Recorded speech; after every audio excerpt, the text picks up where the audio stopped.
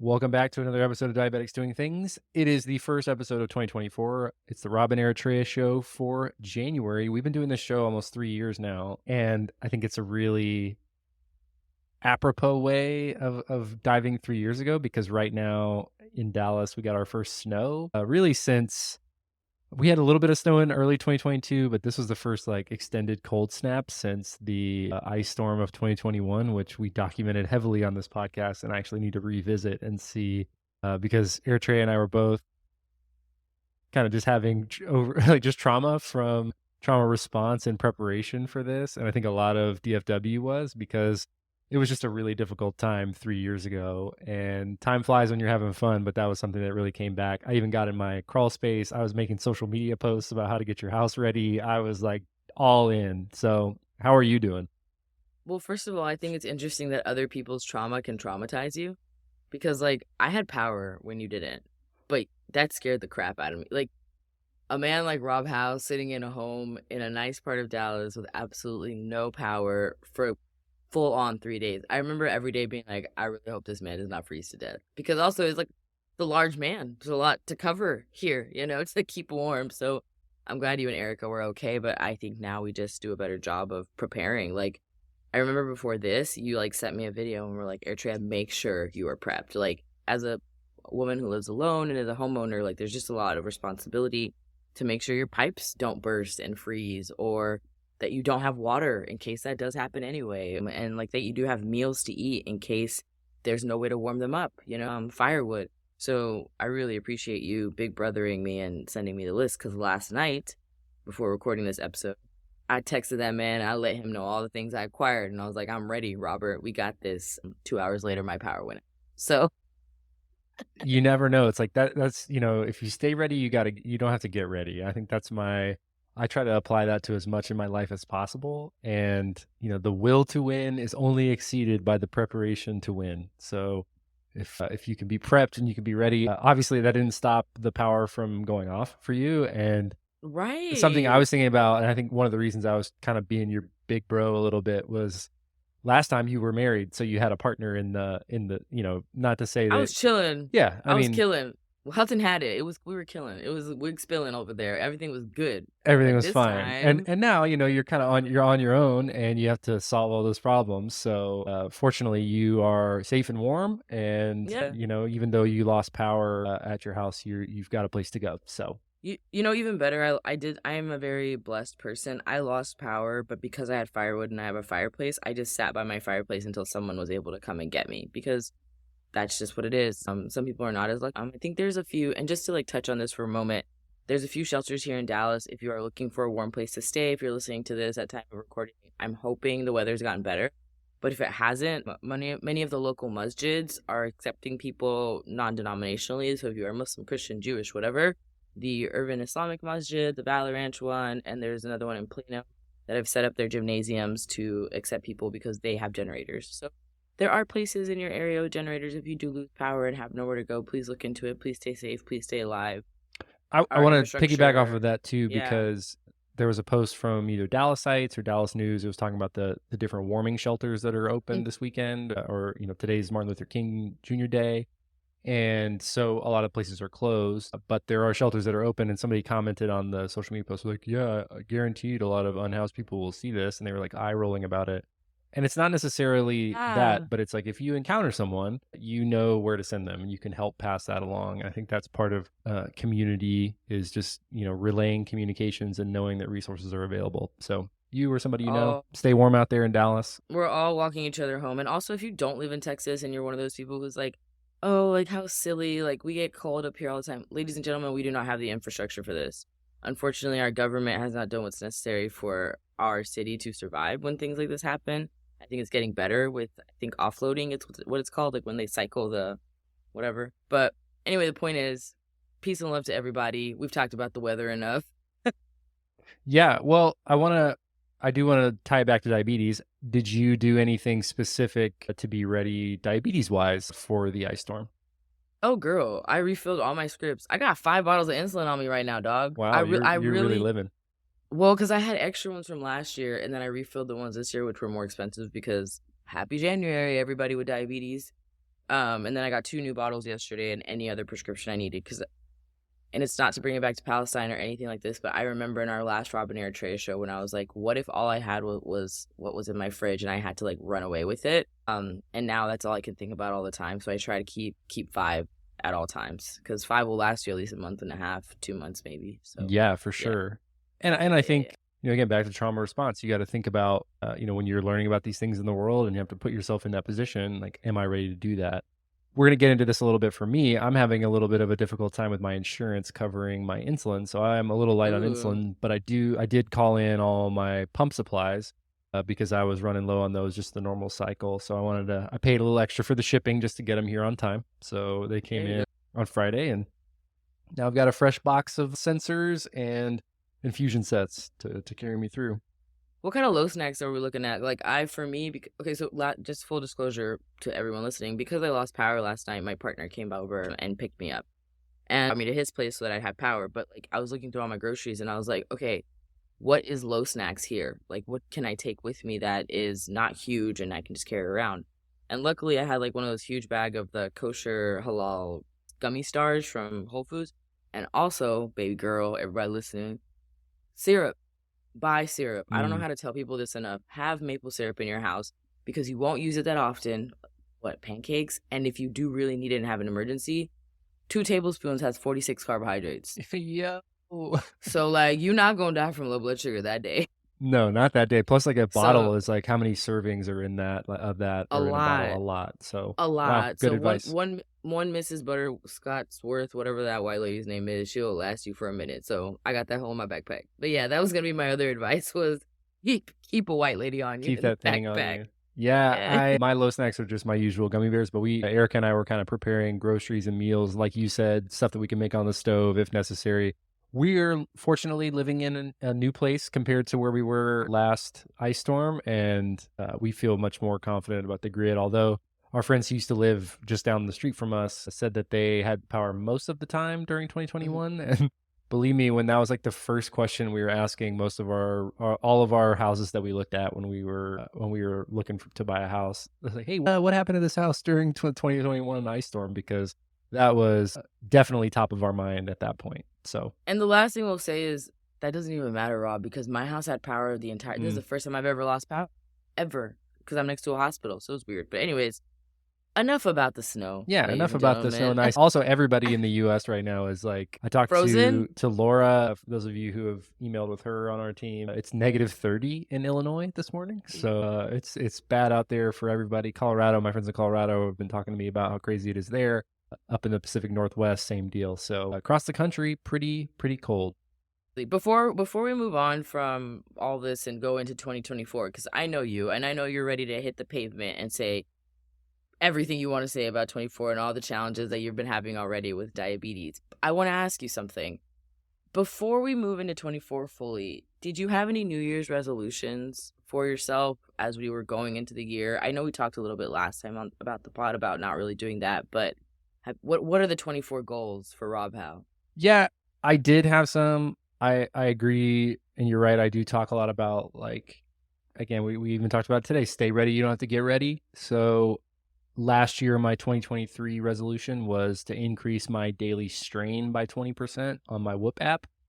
So that's something I can look at over a long period of time, and I accomplished that. So again, it was just top of mind, and I knew what number I was trying to hit, and what gets measured gets managed. So you ready for my 24 resolutions? Number 1 is 2024 Hoop Fest Open Division Champions. My buddies and I are going to run back our team from 2013 when we won it, and we're going to do it again in 24, 11 years later. So everything physical for me is optimizing back towards that. So I know I've got to hit a certain number of days in the gym lifting weights, a certain number of days in the gym playing basketball, a certain number of days in the gym just working on my basketball game. I'm not just going to be able to roll up to that and win it. So right, I think that takes prep. It's organizing that towards that goal. That's why it's my resolution. Then I have I like to try to do a physical goal as well every year. You're always growing, always improving. So perfect posture is my physical goal for 2024. Oh my God, that one's so hard. Are you going to get like a brace or something? Like something to like wear to help you see? Dude, I have the worst posture ever. Like I always have to remind myself like shoulders back, Eritrea, because most of us live in like a hunched over kind of screen mentality, or place. So for me, I'm not wearing a brace, but I am just being aware and being mindful of it.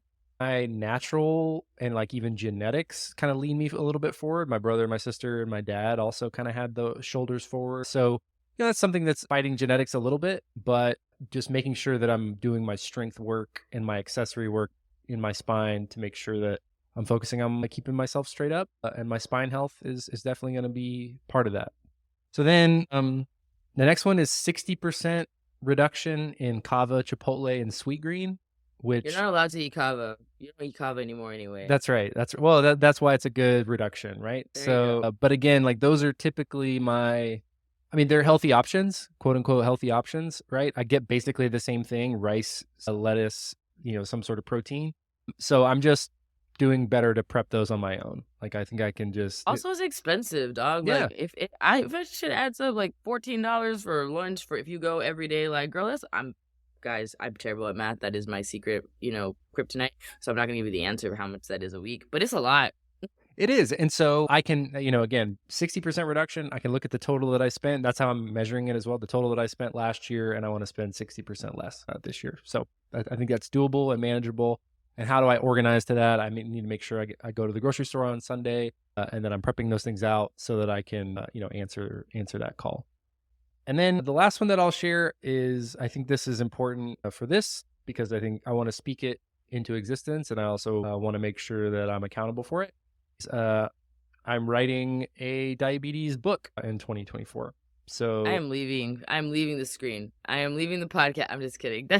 I'm excited. You're writing a book like about your life with that, or do you not know what the book is yet? Is it a surprise? No, I do. I don't want to release too much just yet, but it'll be more like a kind of devotional. You know this about me and people who work we've close talked about about this me before. is I love my quotes. I love my little quotes and daily meditations, and I really believe in like daily deposits. And I think that that's some that is a space in the diabetes space that I can contribute to. I'm not a doctor. I haven't done anything exceptionally physical in a long time. And that's another topic for a day in terms of like, I was most famously, right, the Washington Generals pro basketball player guy, but my book's not going to be about that. So it's going to be more of like day to day. And I'm excited to do it. It's a challenge for me to finish it. Oh my God, a Rob Howe planner. That's so funny. Kind of, yeah. So yeah, it'll be interesting. You will definitely be get to proofread it and be a Bro, part I'm of that getting the first group. copy. Yeah. Me, Erica, Ashley, we getting the first copy. To What you talking Eritrea about? from Rob. Yeah. So yeah, I think that's something that I'm really excited about and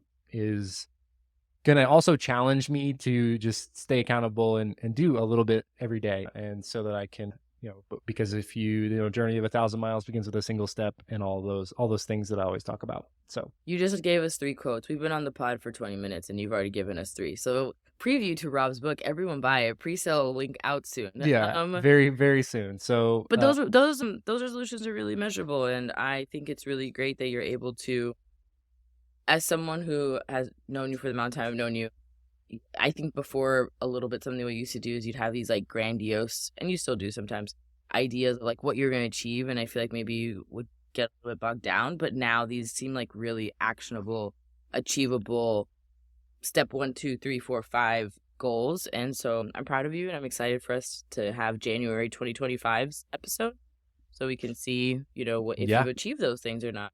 That's something Because I want to make sure you have time for yours, because that you're right. I used to go like way above and beyond. I still have a couple that are like stretch goals for me that if I don't hit them, they're still going to be okay. But I just have changed the way I talk to myself. I've also tried to be more measurable and like more specific. It's like 60% reduction. Like that's something that we can actually see. 20% increase in the daily strain. Like that's something that I could look at and hold myself accountable to. So that's what I'm trying to get more towards versus like vague and ambiguous goals. So what about you? What do you got for 24?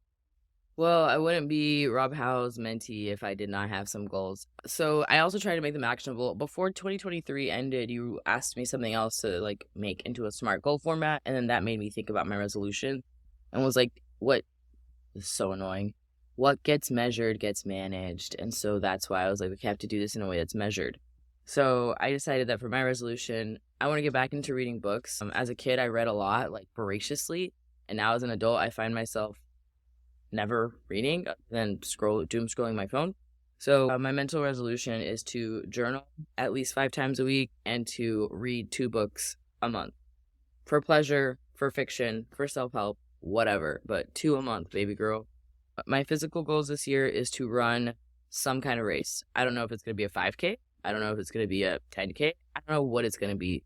What I know right now on January 15th is that I can run a mile in 11 minutes. And then when I started trying for this goal, I could not run a mile to save my life. So I feel like I'm there, like I'm taking the steps towards those goals. Emotionally, I guess, and like just mentally, I got a new therapist. So my therapist, she had a baby, which is awesome for her, and I love her.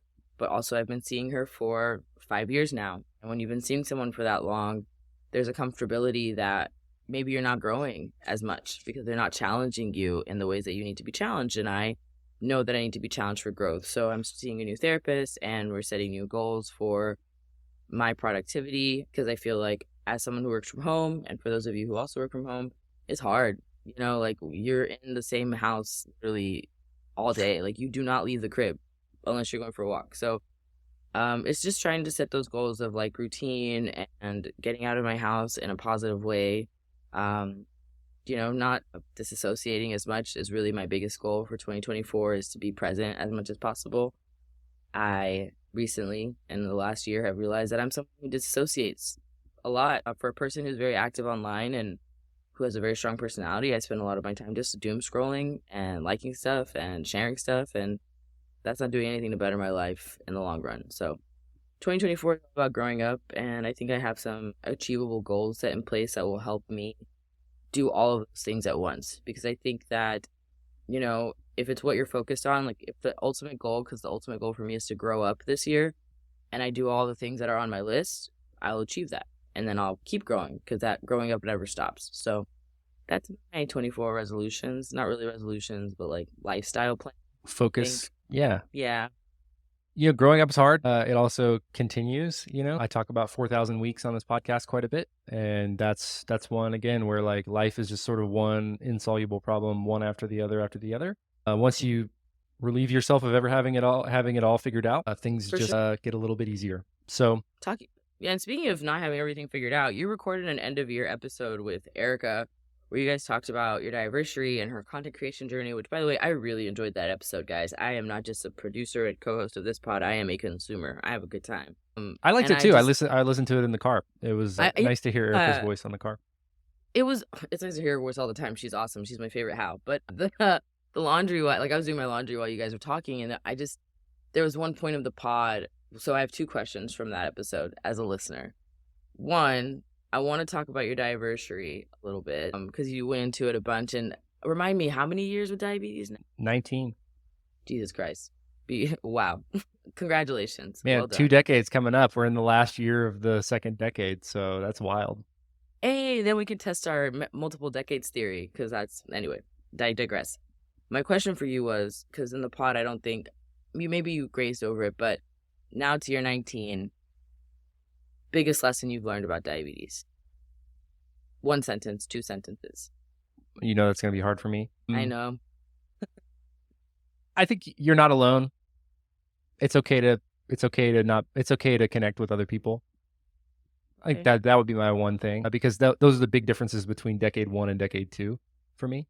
And I've benefited so greatly in so many different ways and continue to be from community. So, that to me is the big change, the big thing. Community. Perfect. Okay, great. I do have a second question, but I'm going to hold it because it's going to come up later. Okay. I just wanted, when I remind you guys, remember that I said that. So we've talked about a little bit about the wrap of 23, our resolution, your diversity, and that's also around 23 because it's always on New Year's Day. So weird. But I want to talk a little bit about, now that we are in 24, every single person with diabetes listening to this, if you have had to refill a prescription this month, you are mad, because I'm. But Rob, you mentioned to me your insurance isn't covering your insulin anymore. Tell us what's going on. Yeah, and I haven't quite dug into this all the way, but I got an email from my insurance, and it was saying, one of your medications is no longer covered under your plan. And I was like, okay, great. This is going to end well.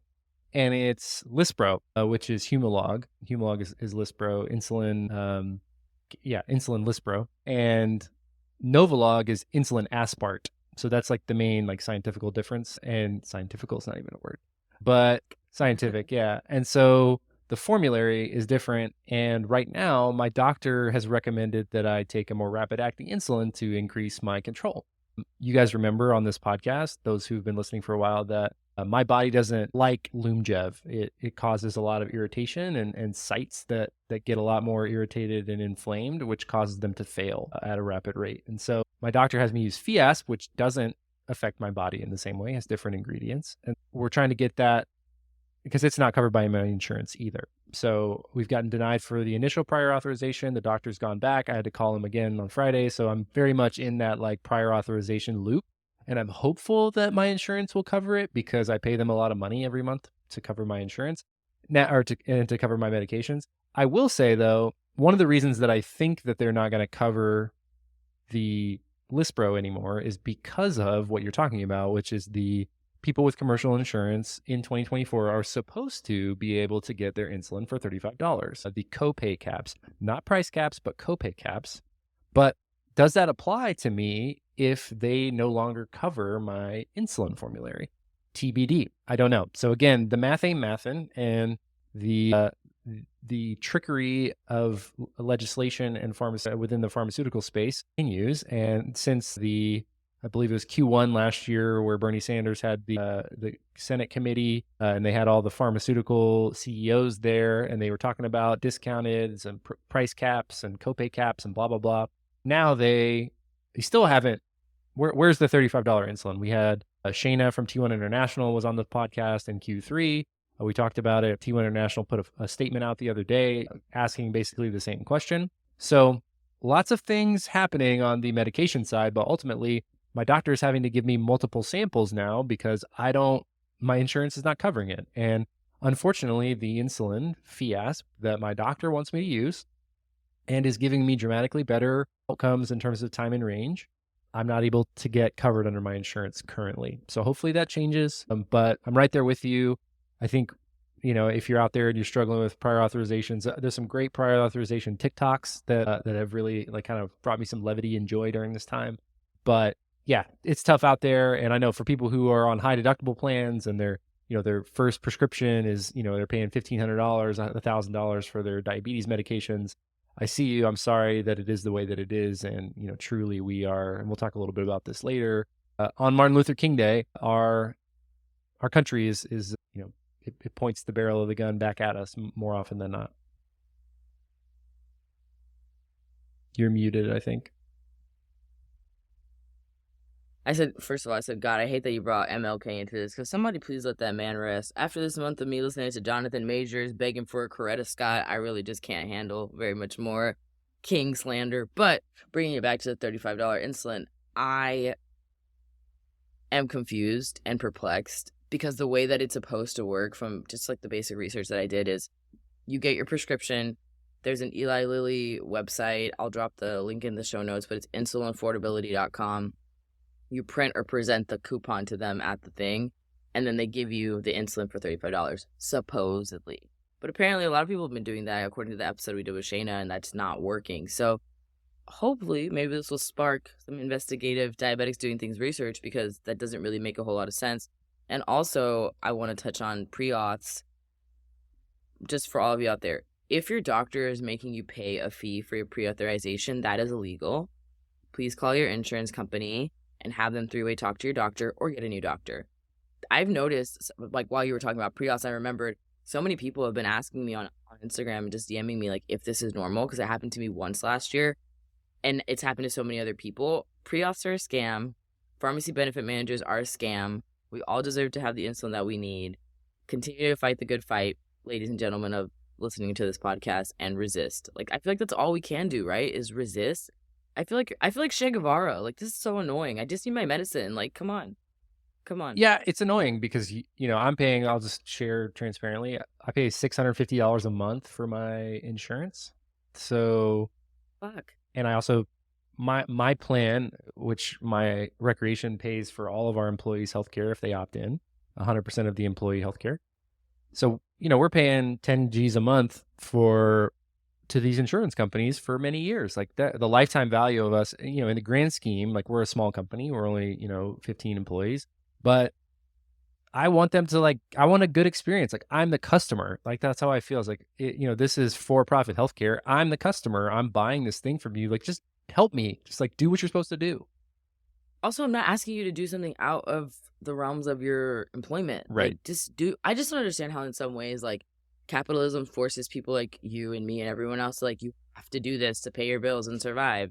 But then they still get to skirt around the lines. But you know what? Never mind. Yeah. Otherwise, I'll stay on this podcast and we'll both put on our tinfoil hats and we'll never. Hey, I got some tinfoil for content for you later. Don't even worry about it. I do I want to shift. figured. I want to stay on diabetes because I want to make Sure. sure we're being use of the time. I had this like weird experience yesterday. So you guys know I'm on the MiniMed 780G system from Medtronic, and I'm really enjoying it. And for me, it's like allowed me to kind of relinquish some of the control. And that's also a theme in the rest of my life as well. I'm like holding on too tight to things. And I'm just letting them go a little bit easier and just for my own mental health. But it occurred to me that I kind of am in a little period of diabetes burnout, but I have this great technology. And so it's kind of allowing me to be burnt out without sacrificing my management, which is something that's really cool. And so like my numbers are in range and my technology is doing what it's doing. And I basically just have to count my carbs and change my sites and my sensor. So I had never really thought of it that way because like, to me, I don't feel like I'm at the end of my rope diabetes wise. I don't feel like I'm, really what we would say characterized as traditional burnout, but the technology is easing the burden of diabetes burnout for me. And so I wanted to share that with you guys. And then I also had the other day, part of that burnout means like not really caring what I eat. Like I'm just, if I want to eat it, I'm eating it. And I'm counting those carbs and sending the bolus up. But the other day, one of the first days back from work this year, I had a pretty typical, like, I had a working lunch and then I had like a dinner or whatever.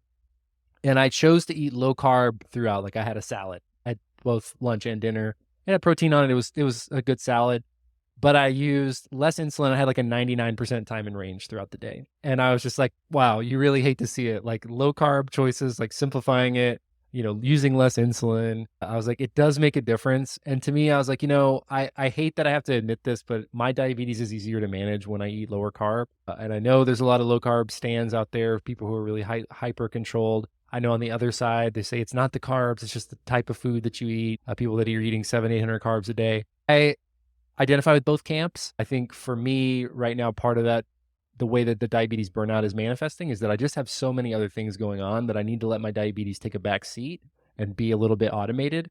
And eating a little bit lower carb gives me the chance to have confidence that I'm going to be in the high 90s in terms of time and range throughout the day. And I can stay focused on the other things that I'm, prioritizing.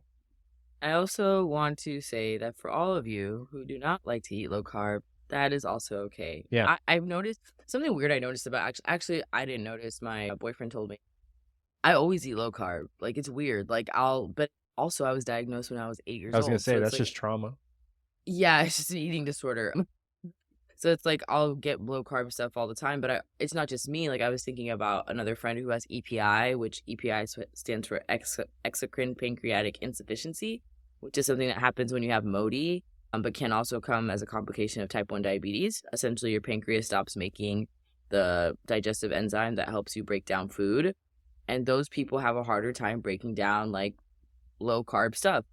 A free food like meat and a carrot is harder for you to break down when you have EPI than a piece of bread. So to say a great episode for that. I don't know if we specifically talked about EPI, but Maya Papaya's episode. She talks about the prescription. Mm-hmm. She talks about the EPI and how she has to get the prescription, how it's expensive and how it's even more expensive because she's not technically a diabetic, even though she is a diabetic. But my point is this. I'm so glad that the low carb thing worked out for you and that for you is easier to manage that day on your AID system. But I also just want to acknowledge the people that doesn't work for them because diabetes is not a monolith. Oh, and totally. I don't know. It honestly doesn't work for me either. It just works. It's like, I don't want to do it, and I hate how good of results I got from this because I don't want to do this. I want to have the carbs. I want to have the bread sometimes. And, again, I think it just comes back to doing hard things or doing things that aren't as enjoyable. It's just part of growing up sometimes. And I think that's when we talk about diabetes forces you to grow up really early. Like you were talking about, you've been doing this since you were a child. You just make decisions to optimize that because sometimes you don't want to deal with the difficulty. You just want to make it easy. Or the other half of that decision, whatever it might be. Like okay, today I want to eat a cheeseburger, but tomorrow I want a salad. You know what I mean? And I think that is something that we're very fortunate to have the opportunity to do because we have access to the technology that we need. Because there's still plenty of people on this planet who think, "Can you eat that?" Which is at this point should be a murder charge, but whatever. Yeah, it's truly disappointing. A felony. I know you said you were a little bit burned out on MLK, but I do want to touch on a couple things just because it is Martin Luther. I'm not burnt out yet. I'm just tired of people. Okay, hold on. Before you touch on him, I am tired, and this is not about diabetes. So if you want to skip to the next part of the episode, I think Rob and I segment these out now so you can know what we're talking about. I am tired of people using women who have stood behind leaders as props. And this last month has been this large discussion of like, why be a certain type of woman when you should be like a Coretta Scott King or a Michelle Obama? And then there's this like romanticization of the struggle that African American women have to go through to be in a relationship with a strong man. And as a woman, as a human, I'm tired of y'all's shit. Like, that's just it. Like, let Martin Luther King rest in peace. Let Coretta Scott King rest in peace. If we want to talk about their lives in correlation to civil rights and race relations and things like, sure. Please stop romanticizing relationships that you don't have anything about. And that's my spiel. Goodbye. Yeah, I wholeheartedly agree. You said diabetes is not a monolith. Relationships are not a monolith either. I also think, and we're gonna get to that today because it's on my list.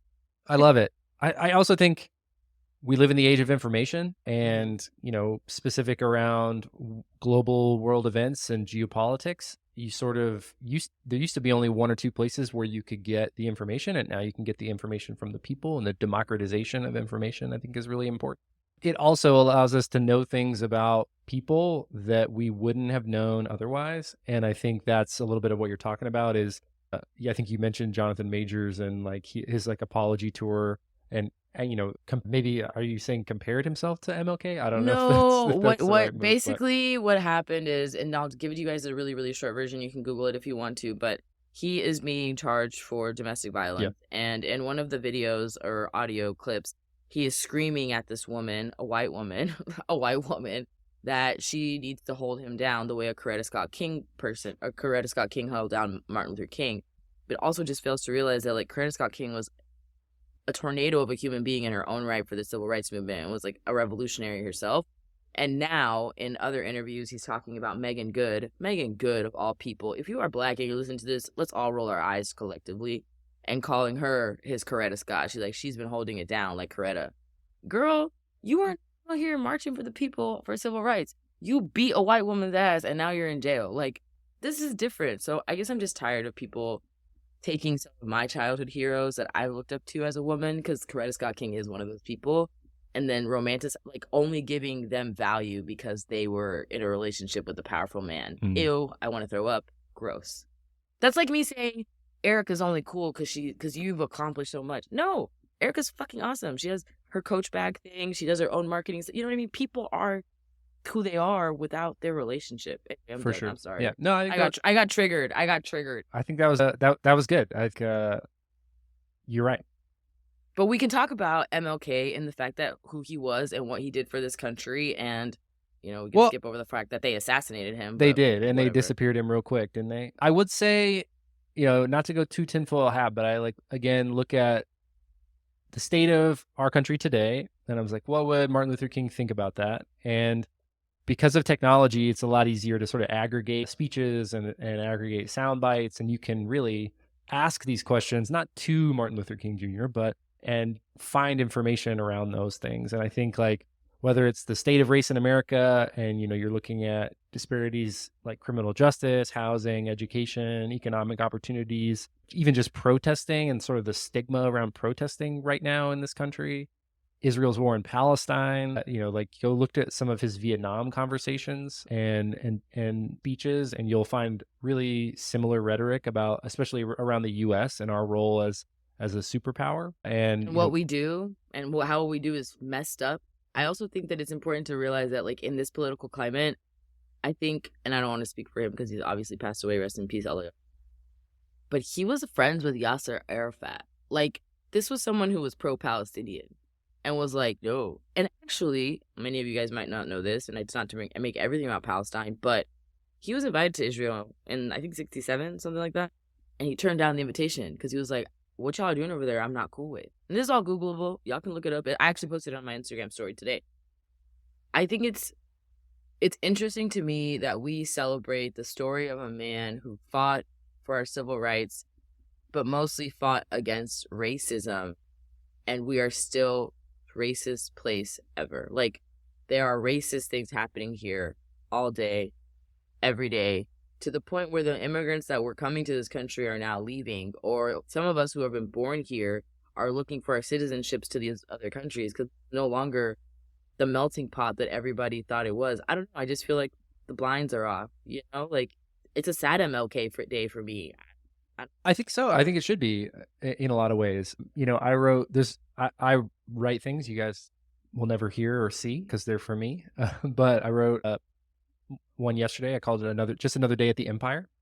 And go look at Yahoo Finance at the S&P 500. There's a particular date. You could say October 9th, 2023. And that ticker goes straight up. If you want a micro case study of the military industrial complex in the United States, there it is. At the same time, we used to be a place, bring me your tired, bring me your poor, bring me your hungry. Well, not anymore. Don't come here is the international sort of message that we're circulating. Thanks, Kamala. And I think, the other piece is like, oh, if I was there, I would have stopped it. And, we are there. I got news for you. We are there. We are not stopping it. You mentioned Vice President Harris, like the party that we voted for, the candidates that we voted for are perpetuating this. And so that to me makes me really sad. So I do think it's a very difficult time to be an empathetic person and who doesn't love murder and genocide because it seemingly, like, overwhelmingly, it doesn't matter what we think as people, the people in power are going to continue to do and push whatever agendas that they want. And so with that, I'm going to a certain degree, because I just want to leave with a little bit of hope just because I'm that person. It was a very interesting trial that happened this week at the ICJ from South Africa. So no, not everyone on this planet is okay with what's going on. And some of us are going to be on the right side of history.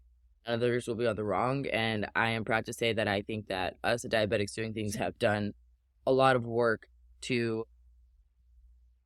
not quantify, but to help other people understand the human experience if maybe it's not a place that they could ever go to or a person they could ever meet or have interaction with. I feel that you, me, Diabetics Doing Things will be on the right side of history. Like, we tried. And then there's others who just completely mentally checked out, and if that's what you needed to do, I get it. But it's like you said, like, I've always seen that stupid quote. It's like, if the Nazis or the Holocaust was happening right now, like, what would you do? Who would you be? And I think 2023 really showed me who everybody was, and that's sad. But at the end of the tunnel is that there's still a lot of us out here fighting the good fight, and we're going to continue to fight the good fight. And you'll see that in 2024 from our episodes. Yeah, I think so. Do you want to say, like, if you feel like hopeless and you feel like, oh man, like the place that I live is totally in opposition to my viewpoint and what they should be using our resources in our position to do? I agree. And I don't have a fix, and I do understand that it is. Isn't it sad that we don't have a fix before? It'd be like, go vote for your representatives. Right. I was having a conversation, and I asked him if it was okay to share this. So, hi, Dad. I know you're listening.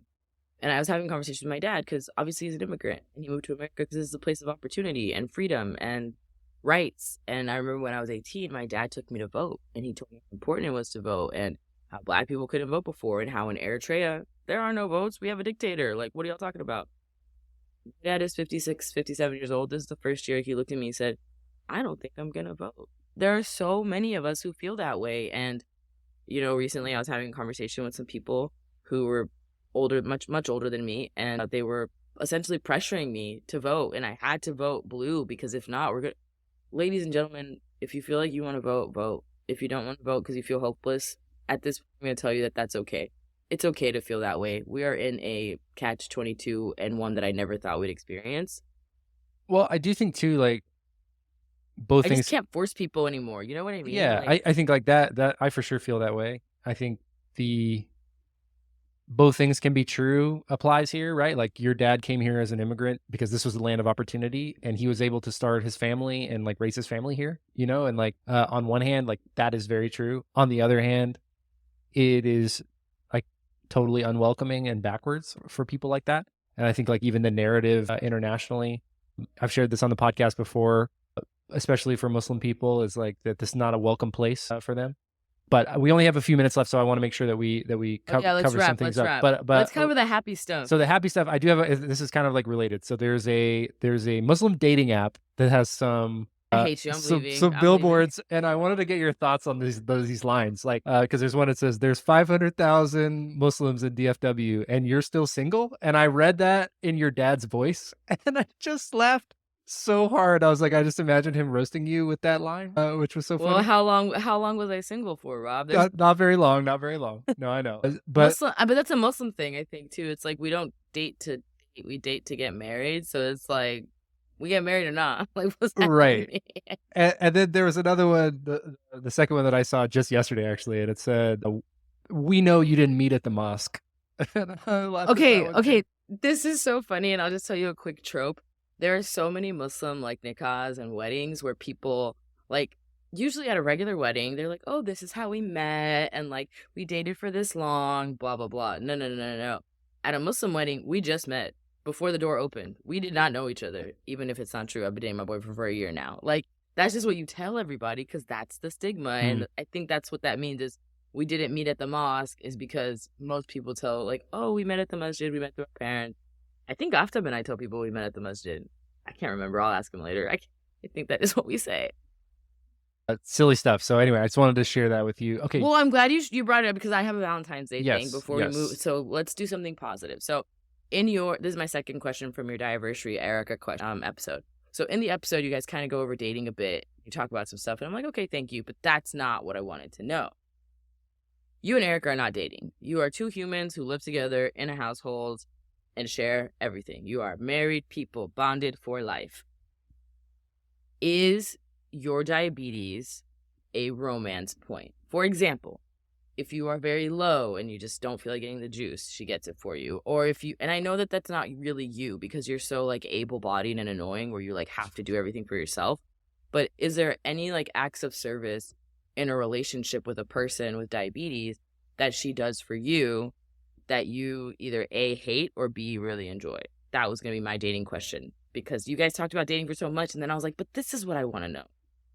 Yeah, I think I like to go get my own low blood sugar snacks because I like to assess where I am physically, like how with it am I, So walking across the house helps me calibrate with my body and ask and have that curiosity of, am I, 60 with an arrow down and don't really, I'm not really in trouble, or am I like 40 and I feel like I'm in round 12 of a heavyweight title fight and I've been hit in the head 20 times. So I like to do that for myself. The acts of service, though, that she does for me most consistently is that when she's making dinner, if she's like cooking pasta or something, she'll leave the box of the pasta out on the counter for me to use to count carbs.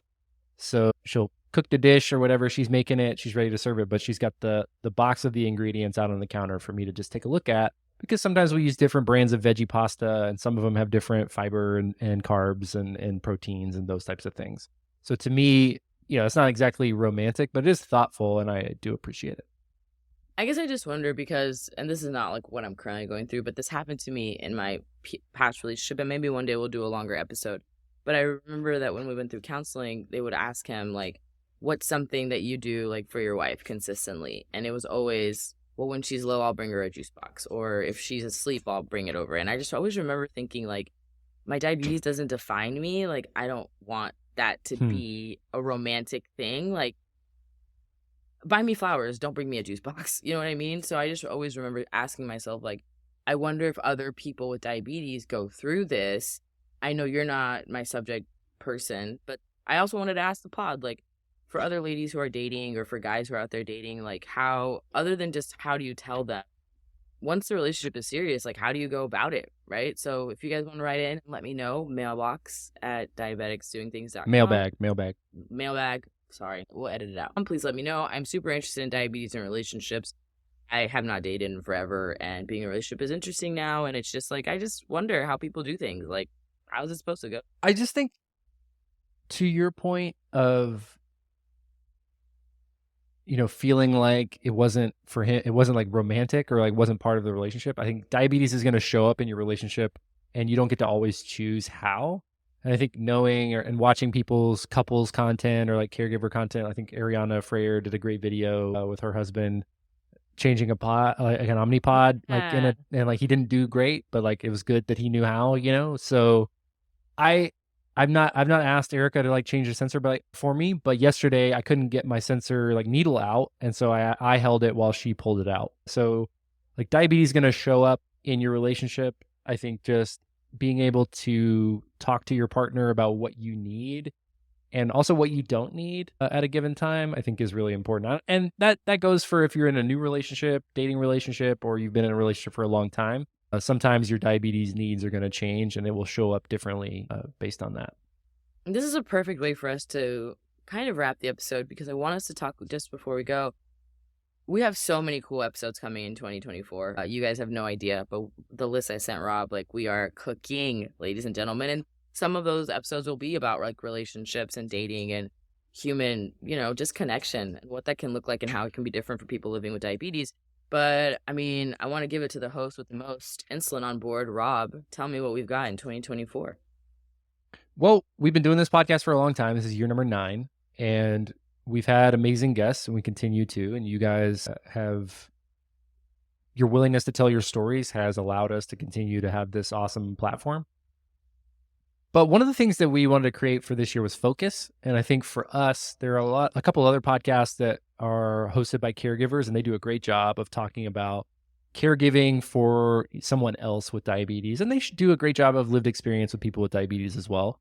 But what we're going to focus on in Q1 in the first part of the year is being an adult with diabetes, and everything from mental health, physical health, professional, social, financial, all of those different aspects of being an adult with diabetes in the US and most of the Western world. Obviously, that's our experience. So really looking forward to sharing that with you guys, as well as bringing in some subject matter experts in areas like mental health and areas like physical health, where we talk about them, but we are just podcasters. We don't have any sort of credibility always there. So we want to bring in the experts for you guys to ask your questions to. So use that mailbag. If you are an adult with diabetes and you want to request a specific topic, please do. And even if we already got that topic booked, we can adjust or ask questions that you send in. So please engage with us on that front. We're going to continue to post, awesome video clips from our series on the web. Subscribe to the Drip. All of those things are continuing to go on for us this year. And we also have our events coming back. So lots of good things that have been happening behind the scenes over the last 30 days. Ashley and Eritrea and I have been working and really putting a long-term view out of what we want to cover on the podcast this year, because we've got an amazing library of things that you guys can find, but we've got to organize that in a way that allows you to find what you need. And Eritrea mentioned this briefly as well. We've got chapters now in the podcast if you listen on Spotify. So we're going to have timestamps as part of every show notes in every episode. So you will be able to click through the different chapters if you so desire. And our full library is now, as of this morning, as of January 15th, is now up on YouTube. So if you listen to podcasts on YouTube, our full library is there from episode 1 all the way here. We're past 300 episodes on the feed total. I think we're on this will be 263 on the Diabetics Doing Things feed. So really exciting stuff. And hopefully you guys will be able to get value out of our library for many years to come. This part's a soundbite. If you're an adult living with type 1 diabetes or type 2 diabetes and have any questions about what that looks like, please write to us at mailbag@diabeticsdoingthings.com, and we will answer your questions on the show. Don't forget to email us, mailbag@diabeticsdoingthings.com. That's soundbite. Okay, this is a really, really great episode, but Rob and I tend to ramble, so sometimes we don't get what we need, and I needed a soundbite. But definitely don't forget to write us. I'm so excited for 24. I'm so excited for the next episode. I can't wait to be a menace all of Black History Month, starting MLK Day. And that's all I've got for you guys. Thanks for coming by. I'm going to do another soundbite really quick. So Ashley, you can cut this and put it at the beginning of the episode. Thank you for listening to Diabetics Doing Things. If you have a question for Eritrea or myself or one of our guests, please email it to mailbag@diabeticsdoingthings.com. Okay, good deal. Really good. I think